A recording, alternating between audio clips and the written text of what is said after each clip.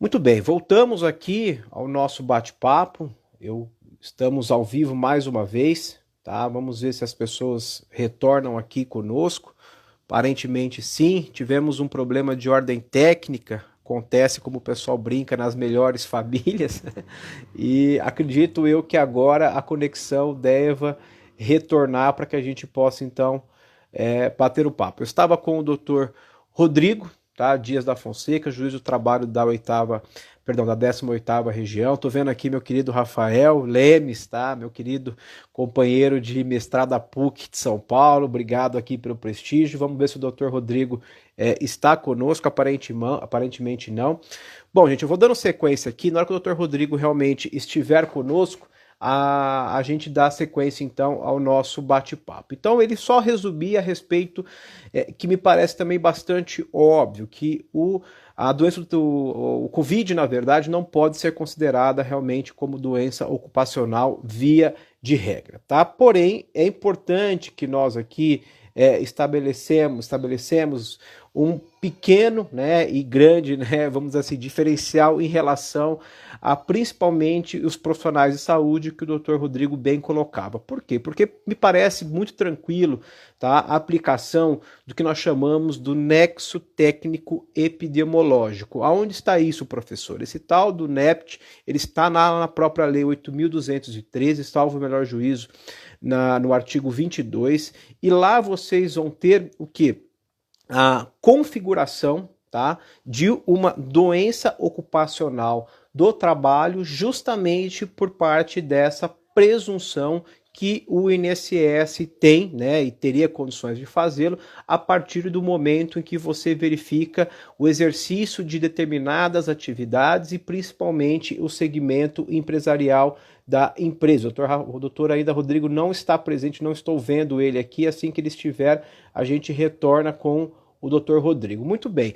Então esse NEPT, né, o tal do nexo técnico epidemiológico, ele ficou um quanto fragilizado depois, naturalmente, dessa modificação ministerial com a inclusão e depois a retirada da Covid-19 nessa lista, que na verdade é uma lista direcionada aos profissionais de saúde, em particular ao Sistema Único de Saúde, e claro, né, acaba servindo de parâmetro objetivo para que o INSS, quando realmente faz a perícia em relação ao seu segurado, possa reconhecer aquela doença como de natureza ocupacional ou não. Então, nesse aspecto, gente, é super importante dizer que a não inclusão mais da Covid dentro dessa lista, né, de doenças que é estabelecida pelo Ministério da Saúde, não necessariamente vai resultar na conclusão de que a Covid jamais vai poder ser considerada como de natureza ocupacional.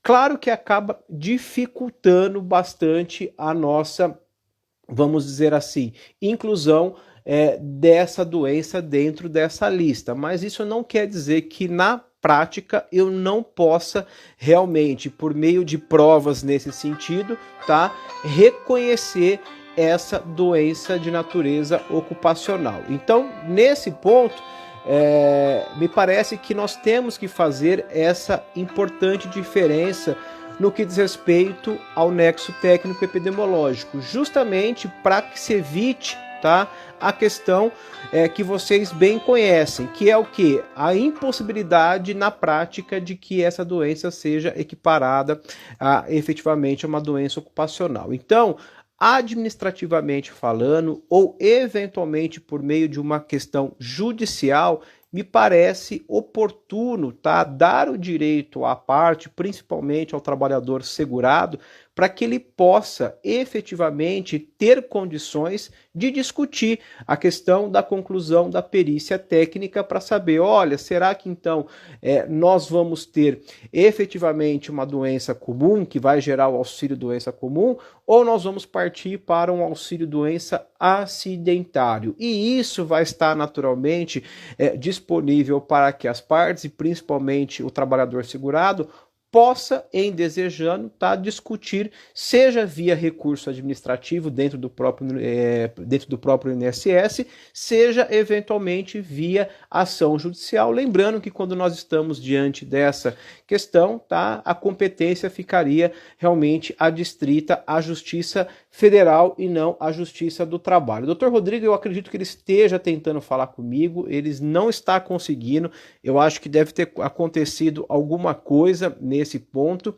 Ele está dizendo que está tentando ligar para mim aqui, mas não está dando certo. A Claro está totalmente instável lá na região de Goiânia. Ele está comentando aqui justo hoje, né? Pois é, acontece, nós estamos nas nossas respectivas casas com uma estrutura que não é sempre das melhores, mas eu queria aqui retransmitir esse recado do Dr. Rodrigo para que a gente então possa dar continuidade a esse nosso bate-papo. Então, só para concluir então essa fala, me parece oportuno, gente, não fechar as portas para que esse reconhecimento, tá, da causalidade envolvendo Covid-19 com as atividades laborativas possam, né, se for o caso, na verdade, o Dr. Rodrigo está tentando falar comigo, eu vou escrever para ele aqui que, na verdade, eu estou dando continuidade à live, né? Eu vou colocar aqui, Dr. Rodrigo, estamos ao vivo. Vou colocar só para deixar ele aqui e depois a gente acaba conversando.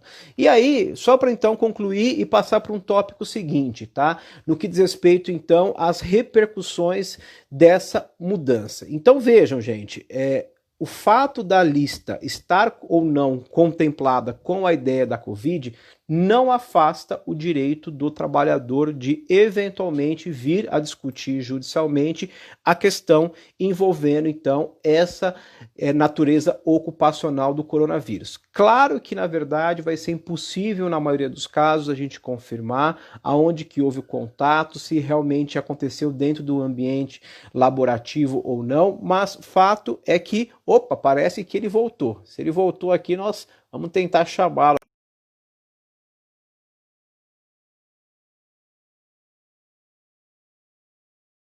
Vamos lá, doutor Rodrigo, conseguiu?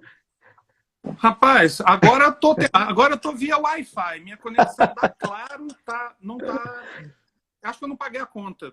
Eu peço desculpas de não ter lhe atendido, é porque eu tive que dar continuidade realmente aqui ao nosso bate-papo por conta do horário. Mas eu entrei e parecia que tinha sido encerrado, por isso que eu tive que encerrar porque ficou mudo, né? E aí eu retomei aqui uma outra conexão, tá? Então, para tornar agora... Oi, está me ouvindo? Sim, agora com a Wi-Fi você está me vendo e ouvindo bem? Sim, tá perfeito. Então, para tornar esse bate-papo aqui ainda mais interessante e pragmático, eu queria lhe fazer algumas perguntas até para a gente poder avançar no tema e responder também alguns questionamentos que eu recebi ao longo do dia hoje, né, sabendo que o doutor seria o nosso entrevistado e também os colegas que já estão postando aqui as suas respectivas dúvidas. Então, para o doutor, tá? O nexo técnico epidemiológico, que eu explicava agora há pouco, que está lá na lei previdenciária, ele poderia ser aplicável para os profissionais de saúde e, nesse ponto, não seria necessária a emissão da comunicação de acidente do trabalho? Pois é. Para responder essa pergunta, se me permite um passo atrás, porque a má interpretação da legislação, segundo me parece, a má interpretação da legislação. Não é necessariamente o fato de que se emite uma CAT que se está reconhecendo que o que houve na empresa é de fato um acidente de trabalho, de que se trata de uma doença do trabalho. O médico do trabalho tem a responsabilidade dessa emissão e ele vai partir muitas vezes de uma suspeita. E tanto é verdade que por conta de não adequação na perícia oficial do INSS, o evento não passar pelo filtro do nexo técnico epidemiológico, muitas vezes aquele benefício é descaracterizado como acidentário. E acontece o contrário também, né?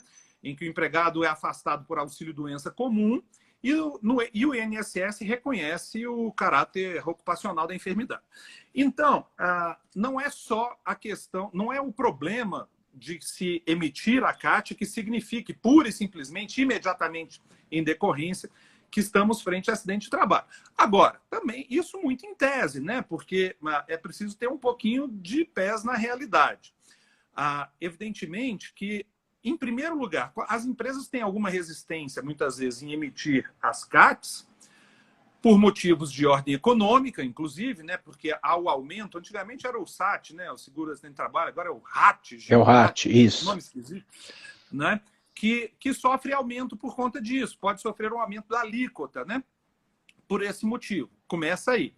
Ontem saiu, o amigo deve ter, possivelmente leu, um artigo atribuído, salvo engano, ao Eduardo Pastore, filho do José Celso Pastore, né? Em que ele menciona que, criticando, né, a portaria original, que ele diz assim, será que alguém tem alguma dúvida de que a portaria vai ser usada para comprovar nexo causal entre a Covid-19 e o trabalho, né? Ainda que isso, em tese, pudesse ser descaracterizado ou caracterizado, né, lá na perícia trabalhista, na perícia do INSS, é evidente que ele tem razão nessa ponderação que ele faz. Isso seria certamente alegado com muita frequência, e inclusive objeto de ações trabalhistas, né? Afinal de contas, se o sujeito se afasta do serviço por esse motivo por mais de 15 dias, a gente já sabe a consequência legal, né? No retorno, aquele ano de estabilidade. Na prática, evidentemente, me parece que isso vai acontecer. Mas nesse mesmo artigo ele diz que, com aquela primeira portaria, aspas, o Ministério da Saúde abre a possibilidade de se caracterizar como doença ocupacional a Covid por conta do trabalho. Na minha visão, com ou sem portaria. É claro que, do ponto de vista administrativo, talvez o médico do INSS, sem o código exato para fazer o perfeito enquadramento da Covid como acidente de trabalho, naqueles casos que ele entenda que isso aconteceu, né, que se trata de acidente de trabalho, isso pode ter alguma dificuldade de enquadramento de ordem burocrática, mas é evidente que se trata, ainda assim, de acidente de trabalho. Então, esse não é o caso, o grande problema. Agora, como regra, se eu não estiver enganado, se você se recordar, se você ouviu, né, o que eu falei antes de cair a conexão, se como regra a presunção, nos termos da lei, lá do INSS, a 813, se como regra o contágio da Covid não caracteriza acidente de trabalho, então me parece que também é muito lógico que, como regra, não se deve, não cabe a emissão da CAT. E por isso mesmo eu tenho entendido particularmente equivocada a ação de alguns fiscais do trabalho, e talvez essa tenha sido a principal motivação da revogação da portaria, de exigir a emissão de CAT em qualquer caso em que haja contágio da Covid por empregados de uma certa empresa, e, se houver resistência quanto a isso, aplicar a multa de natureza administrativa. Me parece que é um excesso flagrante, né? Perfeito. Aliás, doutor, eu queria aproveitar essa sua fala. Eu não toquei nesse assunto, mas queria ouvi-lo, e eu tenho certeza que muitos dos nossos telespectadores também. O fato da Covid não estar na famosa lista de doenças ocupacionais impede que a perícia hoje do INSS possa sim classificá-la? Eu vou dar um exemplo de um jornalista que não foi esse veículo de comunicação que o doutor comentou, fez de uma pergunta que eu participei de uma entrevista. Ele disse o seguinte, olha, por exemplo, amanhã eu vou fazer um respectivo afastamento desse meu profissional, tá? Vamos imaginar aqui que esse profissional seja da área da saúde, para deixar o exemplo ainda mais evidenciado. E aí, nesse aspecto, eu vou lá e emito a CAT, porque realmente entendo que é uma presunção dessa contaminação, tal como nós falamos aqui. O perito, já que hoje nós não temos esse, né, vamos colocar, esse contato físico entre o perito e o segurado. O perito, porque não tem mais essa, né, doença assim classificada lá naquela lista, pode falar que, olha, não vou reconhecer a natureza acidentária porque ela não está dentro dessa lista que é estabelecida pelo Ministério da Saúde? O problema, a depender do perito, tal como os juízes, o que vem da cabeça, não tem um ditado que os advogados gostam muito, né, de que cabeça de juiz e bunda de neném, etc. Talvez possa se aplicar também aos peritos. É possível que haja esse problema. Mas veja, meu caro Ricardo, se a gente tivesse mantido a portaria como estava, este mesmo perito, que seja tão aferrado, tão aferrado e preso a uma limitação, a uma questão de ordem gramatical e burocrática, ele, então, entenderia que em todos os casos, esse perito, eu digo, entenderia que em todos os casos de contaminação pelo Covid, a gente teria doença do trabalho. Isso é um equívoco sob todas as óticas. Em primeiro lugar, não sei se o amigo já teve a chance, quem nos ouve, já teve a chance de olhar aquele rol de doenças dentro do qual tinha sido inserida e depois retirada a Covid-19. Muito próximo no enquadramento ali, por exemplo, só para dar esse exemplo, está a clamídia, que é uma doença de origem sexual, como regra sexualmente transmissível. E é claro que ninguém pode cogitar do fato de que todas as vezes de que uma pessoa seja contagiada por clamídia, que nós estamos frente a um acidente de trabalho. É óbvio que não. Tem uma outra lá que é urticária de contato. Então, toda vez que alguém tiver urticária, é necessariamente uma doença do trabalho? Obviamente não. É preciso que haja um nexo causal. Por isso, se as coisas tivessem sido bem interpretadas, me parece que seria menos danoso que houvesse a referência à Covid ali na lista. Todavia, com um expresso esclarecimento para evitar a disseminação de notícias equivocadas, gerando insegurança jurídica, ações e ações trabalhistas, por exemplo, que isso ficasse muito claro, né? Hoje em dia, no Brasil, parece que é preciso dizer o óbvio várias vezes e reiterar, né? Porque senão não se entende. Tal como outras doenças que constam daquela lista, também com relação à Covid, aliás, o amigo mesmo deu uma entrevista nesse sentido e deixou isso claro, é preciso a demonstração do nexo de causalidade, que muitas vezes não vai estar presente, né? Daqui a pouco, e aconteceu, você é advogado, o doutor deve já ter passado por isso algumas vezes. Nós, como juízes, não vemos isso tão frequentemente. Mas eu vi nas redes sociais uma aluna de um curso em que eu dou aula, relatando que um rapaz, em férias, adquiriu a Covid, infelizmente veio a óbito. E a família dele entrou com uma ação trabalhista em desfavor da empresa. Por quê? Baseada nessa ideia que vai se disseminando de forma um tanto equivocada de que contraiu a Covid é acidente de trabalho, é doença do trabalho e, portanto, acidente de trabalho. O sujeito estava em férias. Então, obviamente, existem excessos, mas era melhor. Eu acho que, por conta do teor da sua pergunta, seria melhor que constasse a Covid lá na lista. E eu vou fazer um exercício de futurologia barata. Eu creio que o Ministério da Saúde, quando ele baixou aquela portaria cancelando a anterior, foi justificado que o Ministério achou que era melhor fazer desse jeito, mas que ia tomar algumas providências de ordem formal para esclarecimento sobre o tema. Eu acho que é isso que vem aí. Vai se incluir a Covid nessa lista, ou numa lista à parte, eu não sei como é que eles vão fazer isso operacionalmente, mas deixando claro que a Covid pode ser uma doença do trabalho, desde que comprovado o nexo de causalidade. É claro que isso já estava implícito naquela portaria 2309. Mas a reação tão disseminada e equivocada sobre o teor dessa portaria é que eu tenho certeza levou o governo federal, o Ministério da Saúde, no caso, né, a cancelar. O que, na verdade, causa mais problemas ainda, porque agora nós temos o problema oposto, né, do sujeito que realmente contraiu a doença no serviço, chega lá no INSS, o perito que se entenda preso àquela regulamentação expressa, né, aqueles códigos, né, que tem lá na portaria, e ele não acha o código para fazer o devido enquadramento, então entende que não é doença do trabalho. Isso é um equívoco, pode ser corrigido judicialmente, evidentemente, né, mas é um equívoco, é claro. Aliás, vou aproveitar dessa questão da correção judicial, doutor Rodrigo. Um pessoal me fez uma pergunta hoje bastante interessante sobre a questão do adicional de insalubridade. E aí, lógico, vou pegar sempre o exemplo extremado, que é o caso do pessoal da área da saúde, que acaba já recebendo naturalmente, mas imaginemos, né, uma situação em que você não receba voluntariamente esse adicional, e se isso poderia ser fixado, né, eventualmente por meio de decisão judicial, ou se for o caso de enquadramento junto às normas regulamentares, lembrando que nós não temos essa hipótese específica dentro das NRs hoje.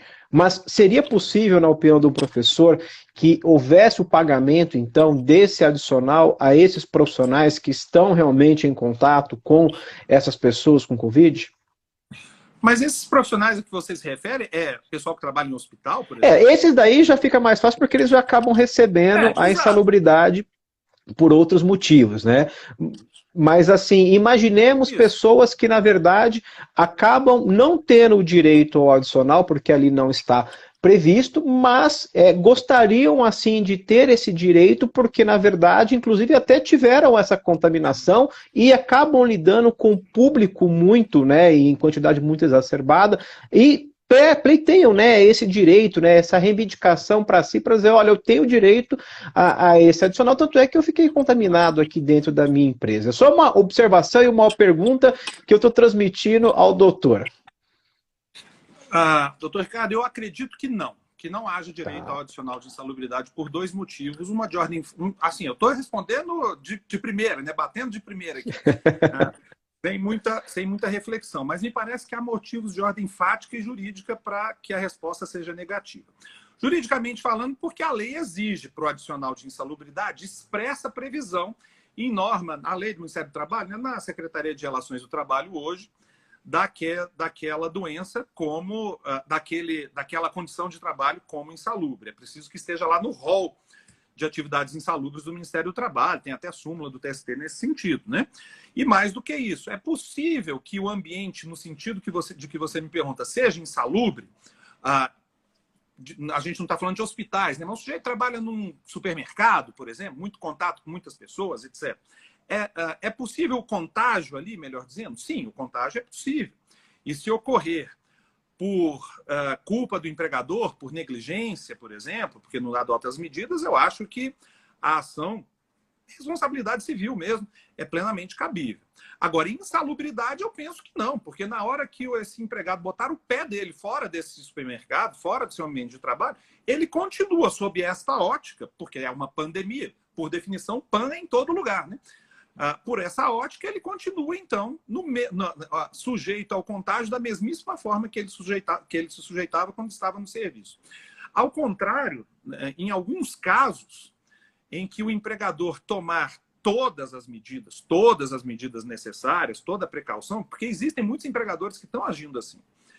É até possível que você cogite que, em certos casos, haja menor risco de contágio na empresa do que na vida cotidiana do sujeito. Você já imaginou esse rapaz, essa moça que trabalha 8 horas por dia no supermercado? Na hora que ele vai embora, ele pega um ônibus, em regra lotado, para chegar na residência dele. Essa pessoa também faz compras, ele próprio vai numa vendinha, como se dizia antigamente, né, perto da casa dele, numa padaria, num bar, conversa com amigos. Os bares estão abertos, diga-se de passagem, pelo menos na minha cidade. Então, o contágio pode ocorrer em qualquer lugar e, nesse estrito sentido, com as exceções de praxe, hospitais, etc., nesse estrito sentido, não me parece que haja um risco excepcional dentro desses ambientes de trabalho, comparado com os locais da nossa vida cotidiana. Mas o mais importante mesmo é que não há previsão expressa. Se a atividade não estiver catalogada no rol de atividades insalubres do Ministério do Trabalho, a jurisprudência é muito tranquila quanto a isso. Perfeito. Eu vou lhe fazer uma última pergunta e franquear uma oportunidade para que alguém que está nos acompanhando também faça um questionamento, que também decorreu hoje, dada essa nossa presença, desse nosso bate-papo, que diz respeito ao acidente de trajeto, doutor Rodrigo. Eu sei que a celeuma já não é fácil, né? Com a temática do contágio dentro da empresa, o que dizer, então, já que o doutor colocou e mencionou a história do ônibus, né, lotado, o que dizer, então, nesse ir e vir, né? Lembrando que nós tivemos a queda da MP do contrato verde-amarelo, MP 905, que até então, né, revogava um dispositivo da lei previdenciária que dizia que não era mais acidente de trabalho, isso daí não existe mais, voltou a ser acidente de trabalho, e aí eu recebi uma consulta bem interessante, queria dividir contigo. Se a empresa... A questão do transporte público, eu até acredito que o doutor já vá responder e já está respondido dentro daquilo que falou até agora. Mas dentro de uma situação em que a empresa ela faz o transporte dos seus funcionários, zelando justamente pela saúde dos mesmos, tá? E se identifica nesse transporte que houve a contaminação, porque um dos empregados, a exemplo, por exemplo, daquele representante, daquele motorista, realmente estava infectado. Nesse ponto, é possível reconhecer o acidente de tragédia, doutor Rodrigo?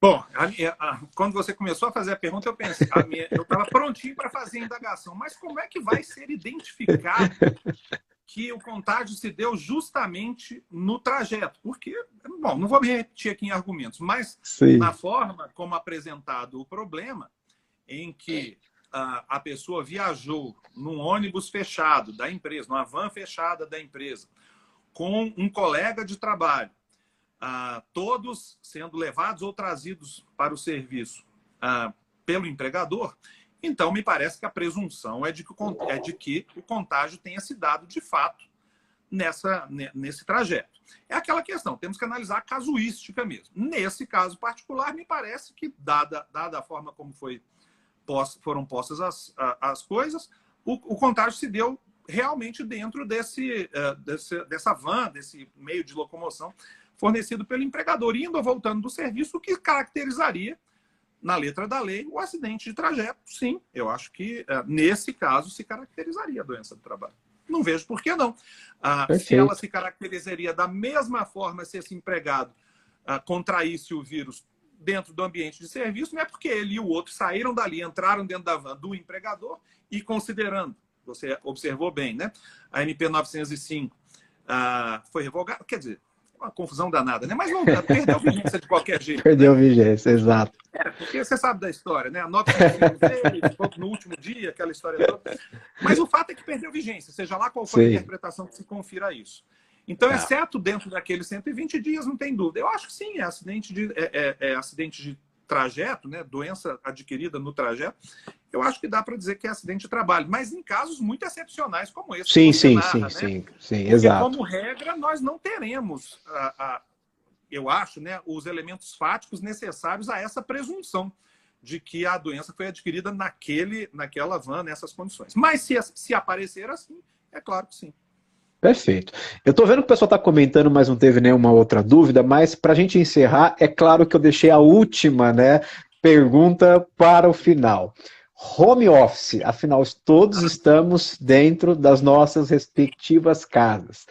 A contaminação, doutor Rodrigo, do vírus dentro da sua própria residência, que passa a ser hoje, querendo ou não, né, uma extensão do trabalho que a pessoa desenvolve, é ou não é considerada como doença ocupacional? Eu acho que, com todo respeito, né, a gente respeita qualquer opinião contrária, né, mas eu acho que aí é excessivo demais, né? Os empregados são colocados em home office justamente como medida preventiva da ocorrência do contágio, ou pelo menos para que se diminua a disseminação, né, desse contágio. E o empregador não tem o menor controle, obviamente, do que se passa na residência do empregado. Se a presunção, né, suscetível de prova em contrário, meu caro Ricardo, é de que o empregado não faz hora extra por ausência de possibilidade de fiscalização, com muito mais razão, não há possibilidade de fiscalização sobre com quem ou em que momentos esse empregado tem contatos dentro da sua própria residência.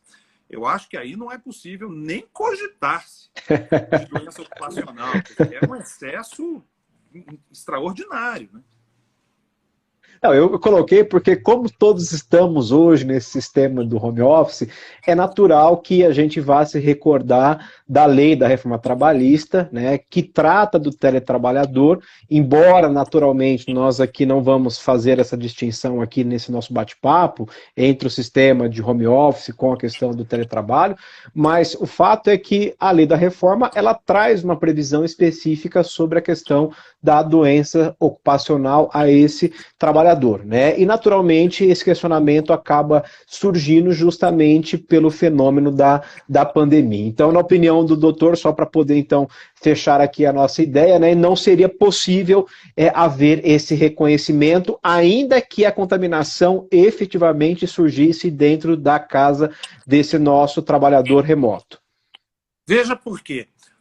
Reforçando o argumento anterior, todos os casos em que o empregado é contaminado em serviço, ou na hipótese que o amigo levantou, no transporte, né, fornecido pelo empregador, existe algum controle maior ou menor do empregador sobre a atividade do empregado, algum controle, inclusive, acerca das pessoas com quem ele tem contato.